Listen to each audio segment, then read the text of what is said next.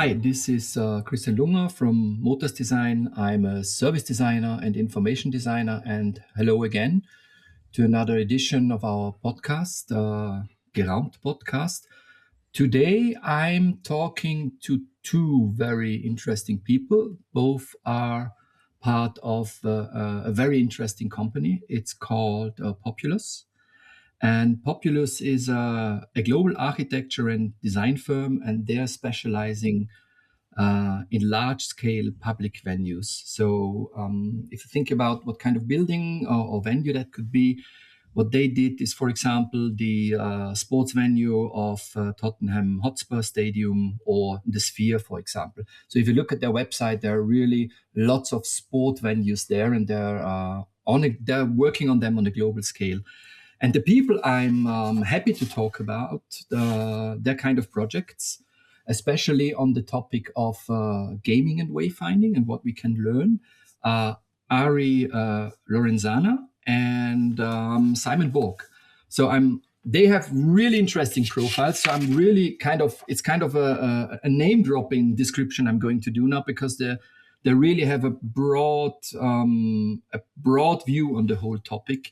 So if we're talking about Ari, she's a creative strategist and an architect. She has more than 10 years multidisciplinary expertise in the field. She focuses heavily on end user and communities. She's navigating kind of the trends for what can be perceived as community value.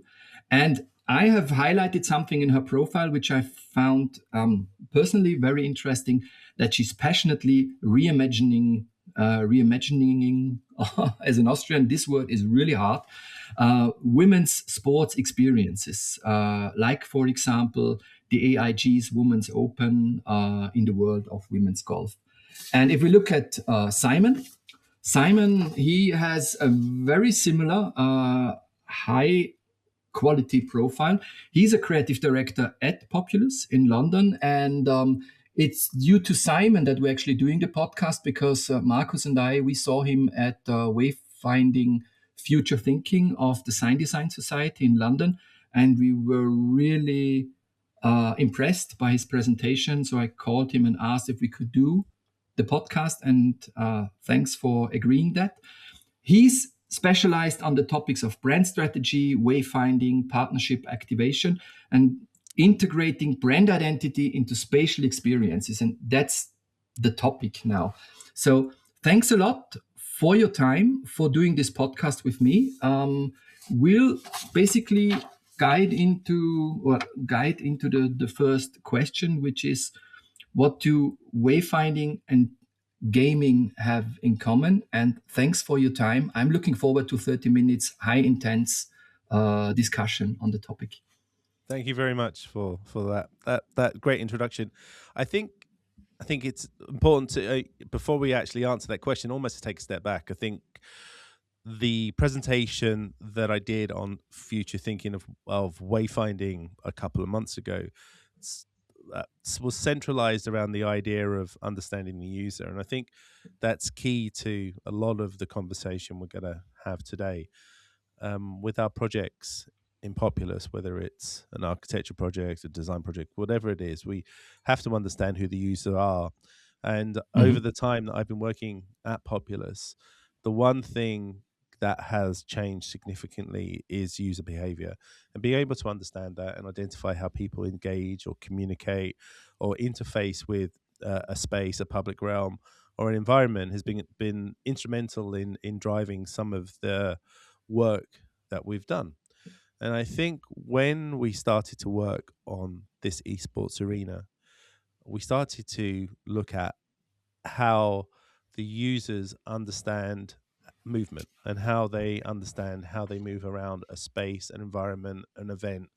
And that took us to the idea of looking at gaming architecture and looking at how people moved around the game, how they followed quests. I think traditionally wayfinding is relatively linear. You're getting somebody from the outside, whether it's from home all the way through to a seat. Within our world, we're talking about events. We're trying to get somebody from one point to the end point. When we started to look at gaming, it was more of an open world. The ability to be able to navigate, to determine your own, it was choreograph your own experience, and not to be constrained to an A to Z system of navigation, but to have a system of different locations, different hubs, the ability to change your experience from one end of the day to the next, to decide what you wanted to do, linked very closely with how you might navigate a game. And that led us to think that this is a really good way to start to sort of build a navigation system, a wayfinding system within an esports arena specifically. I think before sort of I hand over to Ari to talk about the detail, the other thing is we're talking about wayfinding here, but what's critical within this whole project is that it was closely linked with architecture as well. So if we were trying to implement this structure of navigation that linked to the gaming world into any building, it wouldn't necessarily work. It wouldn't work as well. But we worked closely with the architectural teams, with the interior teams. So the structure of the building lent itself to allow us to build this navigation system. So it was a design solution on every point of the people within Populous working on it. So the concept and the strategy fed into the overall design solution from wayfinding all the way through to the architecture. And I think, Ari, do you want to? Yes. Yeah, beautifully put. But I think, Christian, I think the big aha, and gaming has had that revelation also, is from navigation we've changed into exploration. And that is the key ways of interacting with the space. To what Simon is saying, is that environmental element, is that architecture element. All of a sudden there's codes within your experience that are telling you either this is a dwelling moment or this is a get out of here moment. There's that awareness of boundaries, there's that awareness of threats or action or temperature rising, getting closer to the key moment through the day, whether if it's your performer coming up or that competition coming up, that you've paid your ticket to go to, the reason why you're in the venue.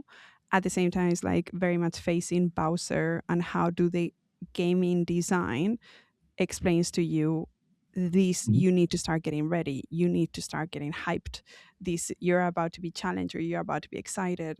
And it's really lovely how those two worlds and how the human awareness has grown through games having developed into the open world, and how we can learn a lot from how that architecture has been designed, how that game architecture has been designed.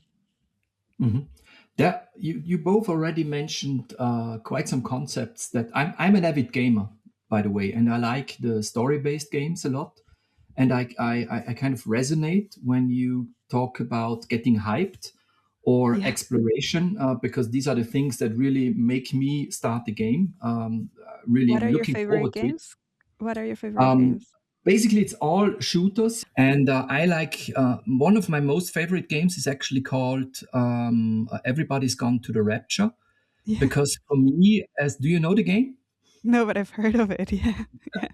The game is great because you wake up in a cellar, and for me, especially as a wayfinder, Yeah. you kind of explore this old village, and you have to basically do everything that Kevin Lynch wrote in his book, Image of the City. So Mm. you remember the ways and the crossroads, and you have to go to certain information. You can see how a map works because you don't know anything. So it's this seldom experience where, as a user, you're in a situation where you don't know anything, and you can see on what you actually use to find your way around, and how it triggers certain movement, as you said, triggering movement, exploration. So that's one, and the other one is Senua's Journey. I like that one Okay. because it has this combination of uh, telling people how a physical illness works, and it has such a nice game design. to really bring over the message that what this illness is all about, all integrated into a game. And the whole process, how they did the game, is just great. So those are my favorites. What are your favorites? Do you have favorite? When I'm a sucker, I was born in the Mario Kart era, having an older brother that So the was Bowser came everything that in we could your. have.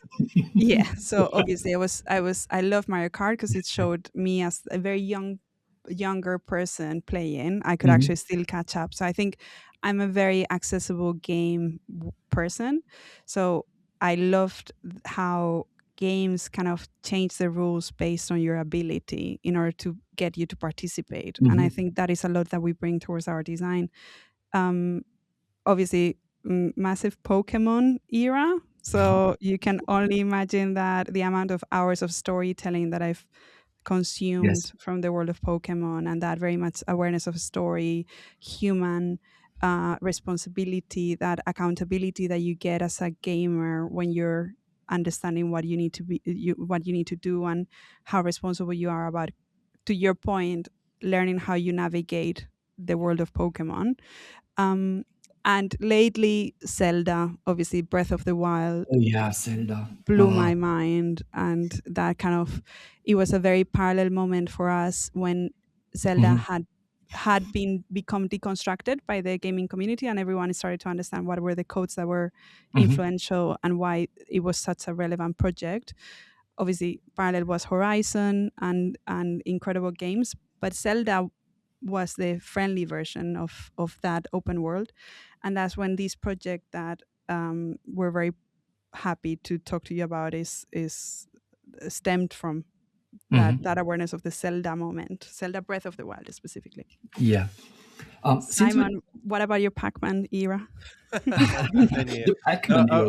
would like to say I played all of those. I think Gran Turismo was probably the last time I properly Mhm. engaged with anything. But yeah, it was fairly limited. But I didn't realize Pokemon was so in depth. I'll have Oh my to. god, whole, a whole pillar of Anyway, my life.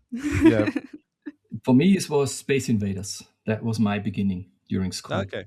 Yeah. Well, Lots same. of Yeah. coins went into this slot machine. Yeah. Before school, Um, after school. Yeah, I did the same. so if we look at those games, just to look a little bit at the element, because that was something that I realized when you did the presentation as well. This a very taking the zoning system from the gaming, like what you said. There is an introduction phase, then there is a tutorial, and then you kind of go to different kind of, let's call them, quest zones. Yeah. How did you transfer Learn. this kind of concept into your spatial experiences? Well, I think if you reflect on a traditional journey, I think we all want people to explore the venue. Mhm. There's a pragmatic approach. You need to get people from one point to another point for their primary function, but we also hope that they're going to explore and engage with the rest of the building. But generally, it's limited within a confines of a certain area. What we wanted to do here is truly overlay that idea of quests and adventures and the Mhm. ability to move fully around the building and for those experiences to change and to provide beacons or high points within the venue that people could head towards. um, so I think going back to the conversation or the point I made previously about the architecture being a critical part of this. Without the architecture and actually being able to having these physical hubs that people could move between, this wouldn't be as strong as it is. But then, as far as how we communicated that, it was making sure that we had variable communication, variable messaging. So once you entered the building, you're in the lobby of the building or the birthplace of the story, and it's being communicated to you what is going to happen on that day.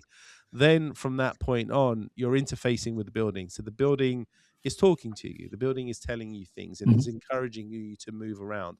It's still, we're not losing sight of the fact that there is a primary function of this building where people are going to watch an e-games event where they need to get to. But outside of that, it's secondary, but very close to the primary experience. So we try to build in a secondary experience, which is so fundamental to the overall day, because people spend the whole day there, and this is time out of their entertainment budget, or that is part of their entertainment Mhm. um, calendar, that we wanted to make every part of their journey as integral as being within the seating bowl itself, watching the event that they've primarily come to see. The Mhm. other thing is that this venue is built for esports, and the various game types that come in needed to be represented. So the type of experience that you have is going to be different from FIFA to Call of Duty or whatever, or Fortnite. So the ability for those experiences within each of those areas that we've developed to change accordingly was also important. We couldn't. There was no ability to have a sort of one size fits all to create this digital digital environment that talked to everybody at all times. We needed it to be able to adapt to each of these games when they took over the venue, and it becomes something different for each. If we look at Ari, if we look at the situation of the users Yeah. in different, I don't know if there is like if you can generalize Yes. or if you have to specify for specific venues. If I've just in my research, I came across the Bartle model, and Yeah. of course there is several types, but the ones that I find interesting are the socializers and the, let's call them explorers or adventurers. Um, do they actually play a role in how you categorize or your users within those sports venues, or do you get your data from somewhere else and have a different kind of profiles that you cater for and plan for? I think your model, the Bartle model, is a bit too specific to the action Hmm. person. That the person that's like the active participant, Hmm. and we have to be careful whenever we're designing venues that there's a +1 or there's a +3 that are not necessarily as active or physically able to, or just they don't want to really participate the same way. So there's a little bit of watching, people watching, and just socializing. To your point of those are very interesting. We didn't really take on the Bartle because we thought it was maybe a bit very, very granular, and we Hmm. needed to design a code of experiential considerations or touch points that Hmm. were relevant to the architecture. So Hmm. in a way, if I tell you a little bit more, we kind of deconstructed the open world. We did this is embedded within the Populous way of working. We speak with experts. We spoke to someone that actually designs games. So from he nowadays works in guerrilla games. So Hmm. pretty big established game developer. He broke down the open world gaming architecture, and then Yes. alongside what we overlaid was the hero's journey Yes. from Joseph Campbell, which you would know very, very well. But is we've we've always understood the highs and lows of the day at the venue, like Hmm. how that goes and how do we manage like to create that element of anticipation, excitement, and just explosion that needs to be happening when you're at the bowl, like when you're already watching the event. So the element of the user, as I think Bartle has an element of like the killers, the achievers, Yes. explorers, socializers, that we maybe generalize it a little bit more, where we go active or passive, where Hmm. we go extroverts, introverts, Yes. and our goal is very much about making it as pleasant as possible to everyone. So we cannot really go into just the active user. Um, I think Simon was referring to it. The challenge, if you think about it, is that maybe the Bartle model responds to being the active user, but sometimes in these venues, you could go there. There would be FIFA fans, like people that play FIFA, the old FIFA game, or like Hmm. Mario Kart. To all of those, we also have to provide a cohesive experience, right? So we didn't dwell into that behavioral pattern as much as maybe you could go into, because we found it very, very granular. From regarding getting satisfaction from certain elements of the space. If, Yeah. since you talked about those who play, I'd say it's the competitiveness. So Exactly. We Is didn't it? make it. We Yeah. didn't make. Sorry, but like we didn't make it competitive in a way Mhm. against. We just knew that there will be a gaming element, and that will be where the competitiveness will thrive. But what we did on the other hand, we just translated the architecture in codes that gamers would understand. Yes. If I can give you a bit of an example, but specifically this one venue that we designed, there was we knew that we had four towers in a sense. Okay, Mhm. key towers that we considered as landmarks. Mhm. So we were like, okay, it's really easy for us to navigate from tower to tower. People would know that there's a new sector to discover. So we understood we had to get people from tower to tower, and we needed to give them a reason why to explore. So we gave each of those towers a different identity. Mhm.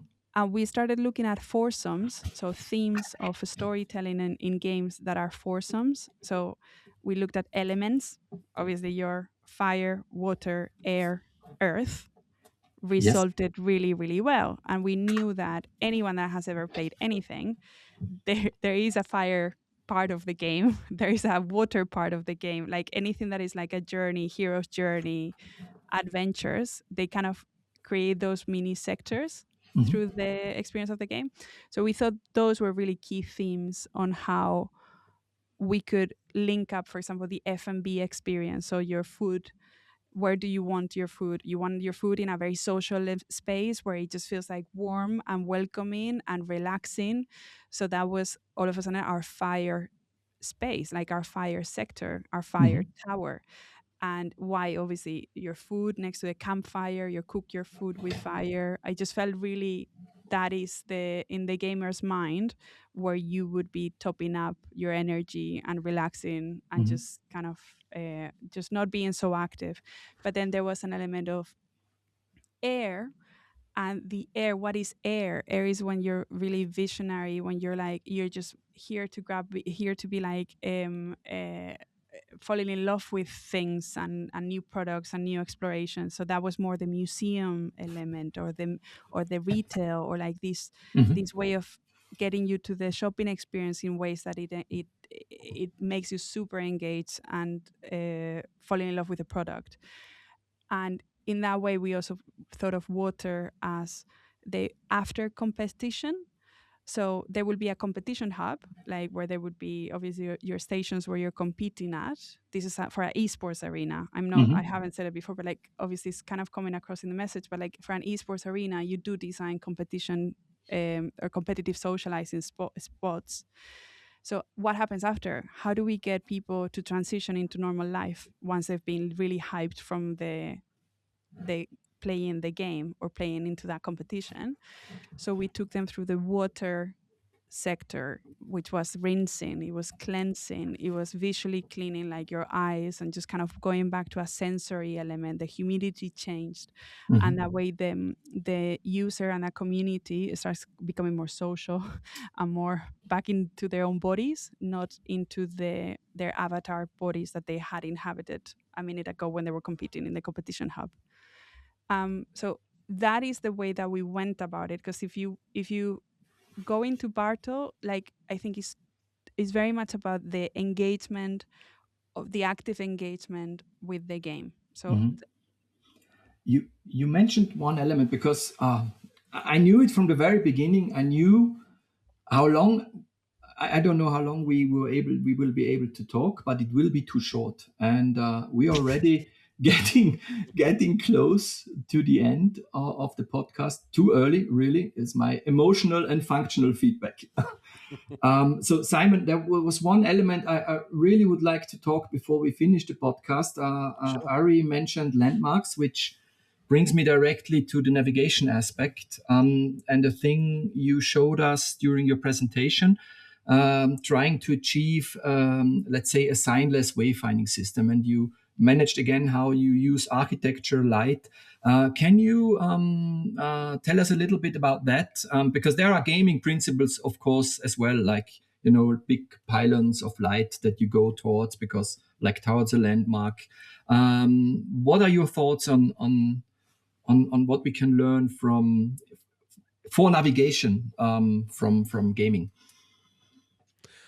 I mean, on the project that you're referring to, that project was so groundbreaking that everything within the venue needs to be rethought. So whatever it was, whether it's a seat within the auditorium, whether it's a lighting system, whether it was the customer service that you got. So wayfinding was definitely a component that we needed to rethink. And our approach really looked at the venue itself was talking to you. So the venue had a consciousness.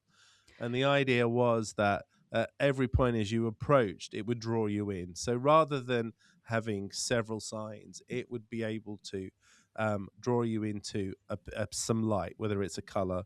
I think it was yellow, green, and blue.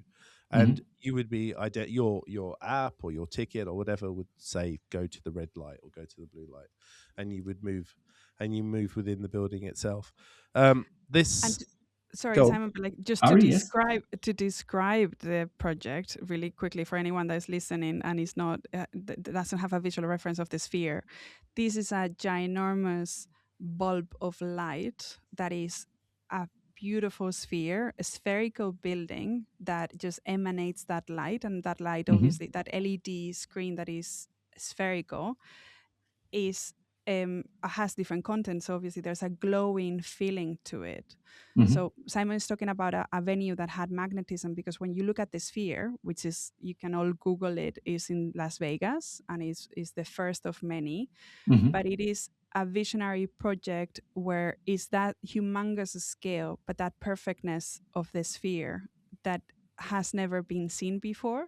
So we already knew, and we had to educate ourselves and the architecture team the same, on how would a person react to that feeling and that aura that the venue was gonna carry. And there was a lot of pre-planning around it. So to Simon's point on the wayfinding, everything, even all the way to up the seating design, had to be rethought, because we knew that emotionally we were gonna get people at a space or at a setup that they had never experienced before. And I think, in contrast to the esports venue, this was, as you know, this is a venue that is for everybody. So you'll have everybody visiting from all walks of life. So although we were looking at sort of next generation sort of thinking with regards to navigation and wayfinding, which as you said is very similar to some of the triggers and nuances that you'll get within gaming, it had to be understandable to all. So it wasn't designed from a presupposed point of view that these people knew how to navigate an e-gaming environment. This was for the general public, but it still needed to be a new consideration of how to move around. I mean, there were points where there were signs to confirm that you've arrived at where you needed to get to, but the broad gestures of navigation, of drawing you in, sort of this gravitation towards where you needed to go, was all part of this central concept. Again, this wouldn't have worked in a highly complex building where you had lots of different directions, but this was designed in conjunction again with the architectural team, with the interiors team, to make sure that that linear journey was as consistent, as clear as possible. So these concepts can work when in conjunction with good design all the way through. For me, it's great to talk to the both of you, because you're coming from the architecture side and basically embrace the let's say, as one element, the graphic design elements of wayfinding, because that's basically what all those of us who take this topic seriously preach all the time, that architecture and graphic and branding should be like working together. And I think so too. For me, it's really one of the good things. If I look at games, I never use a directional sign within the game. So to achieve a surrounding where you can reduce signs and still make people feel safe and finding their way and finding their target, I think that's a big goal for each project. And I agree, the more complex it gets, the more you have to use different kind of means, and especially like directional signs. Yeah, I mean, I think one of our observations of working in this sort of sector of work, whether it's an event based building, whether it's a stadium or an arena, is that when people come, they're normally often coming for the first time, and all they see is the venue. They look past mhm. the signs; they just see this amazing architectural structure, and uh, being able to connect that um, that initial response to the building and how you need to navigate it is really clear. So basically seeing where you need to go rather than being pointed where you need to go, and finding ways to trigger that response with all our venues, albeit the two that we've spoken about today are the ones that are really sort of pushing the limits of how that can and should work, is really our goal with everything that we do. Ari, do you want to have some final parting words? I think that as you both completely understand this methodology, but like is these wanting designers and creative industries to keep on thinking that way, that like widening and becoming broader. And I think anything that kind of makes us link better to those communities that we speak to, from the general audience that has never been to the venue and they just fall in love with it, and we just need to make it as comfortable and straightforward as possible, to the ones that are surprised by the fact that they've hung out for 4 years, so for 4 hours, sorry, in their space, and just how much the collaboration of those communities expressing what they want, how they like their spaces, how they feel like it talks to them, is really important. And I'm very happy to kind of keep on participating in this type of stuff that just prioritizes new ways of connecting to people. It's great that the three of us really like what they're doing because we're spending so much time with it. So Yeah, for sure. I thank you a lot for your time. Just for the listeners, as always, if you have questions, recommendations, it's our email. It's podcast@geraumt.com. And Ari, Simon, thanks a lot for your time. We nearly had a point landing. It was very interesting. I see it as a game now. I kind of, maybe I can see this podcast now as having finished the first level. Let's go to the next one. Thanks a lot for your time. I'm looking forward to see more of your great work, and enjoy your time in this, I think, great business. Thank you very much. It's been a pleasure. Thank you so much.